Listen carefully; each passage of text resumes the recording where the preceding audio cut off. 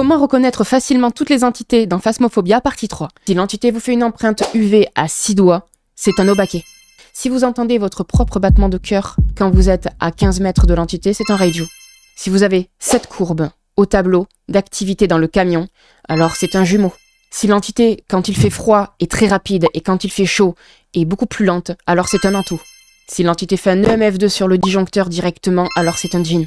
Si lors de la chasse, l'entité cible plusieurs personnes, alors ce n'est pas une Banshee. Et si au contraire l'entité lors de la chasse ne cible qu'une seule et même personne, alors c'est une Banshee.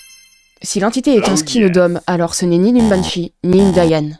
Si l'entité n'accélère pas à côté d'équipements électroniques allumés durant la chasse, alors ce n'est pas un Raiju. Si l'entité vous fait ce cri au microphone parabolique et à l'enregistreur de son, alors c'est une Banshee.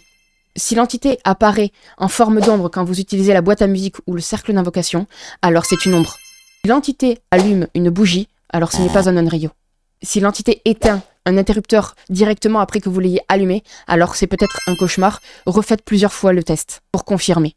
Si une entité interagit avec une porte sans l'ouvrir complètement ou la fermer complètement, alors ce n'est pas un Yurei. Si l'entité vieillit au cours de la game, alors c'est un taillé.